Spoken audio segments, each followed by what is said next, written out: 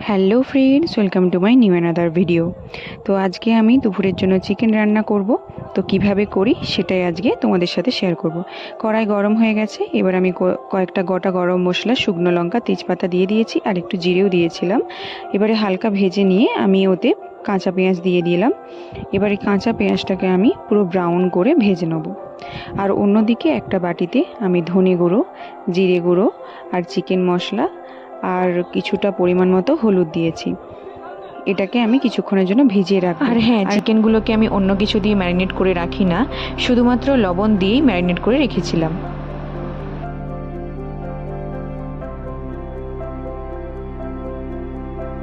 দেখো, পেঁয়াজগুলো ভালোভাবে ভেজে নিয়েছি ব্রাউন করে। তারপর মাংসগুলোকে আমি তুলে দিলাম। এবার এই মাংসগুলোকে আমি পেঁয়াজের সাথে ভালোভাবে ভেজে নেব। যতক্ষণ না হালকা ভাজা হবে ততক্ষণ রসুন দেব না। মাংসগুলো আমার হালকা ভাজা হয়ে গিয়েছে, এরপর দিয়ে দেব রসুন। তো এবারে আবারও ভালোভাবে নেড়ে নিচ্ছি আর কিছুক্ষণ চাপা দিয়ে রাখবো। এরপর দিয়েছি আদা বাটা আর দিয়েছি কাঁচা আলু, যেটা আমি কেটে রেখেছিলাম। তো একসাথে এগুলোকে আরও ভালোভাবে আমি নেড়ে নিচ্ছি।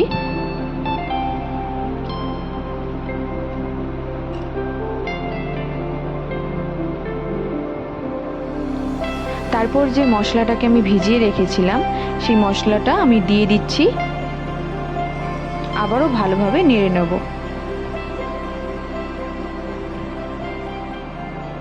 যেহেতু কাঁচা আলু, তাই সেদ্ধ হতে একটু সময় লাগবে।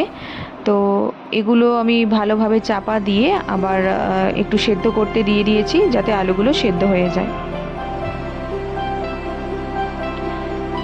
দেখো, চিকেনগুলো আমার ভালোভাবে রান্না হয়ে গেছে, তেল ছেড়ে দিয়েছে।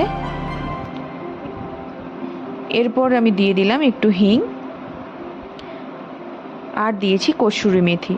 কসুরি মেথি এই কারণেই দেওয়া, কসুরি মেথি দিলে স্বাদটা খুব ভালো আসে, একটু অন্যরকম হয়। তো সেই জন্যই দিয়েছি। তারপর দিয়েছি পরিমাণ মতো জল।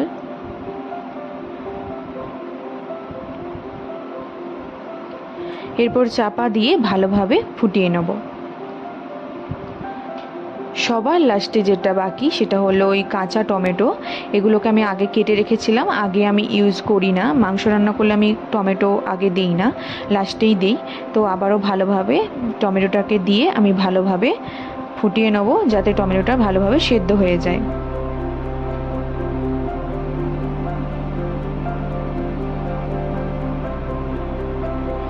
মাংসটা আমার প্রায় রেডি হয়ে গিয়েছে, রান্নাটাও কমপ্লিট। তো চলো এবারে আমি সাজিয়ে নিই। ভিডিওটি তোমাদেরকে কেমন লেগেছে অবশ্যই কমেন্ট করে জানিও। আর আজকের ভিডিও এই পর্যন্তই। ভিডিওটি ভালো লেগে থাকলে লাইক, শেয়ার, কমেন্ট এবং শেয়ার করে দিও। আর হ্যাঁ, অবশ্যই সাবস্ক্রাইব করতে ভুলো না যেন। সবাইকে টাটা।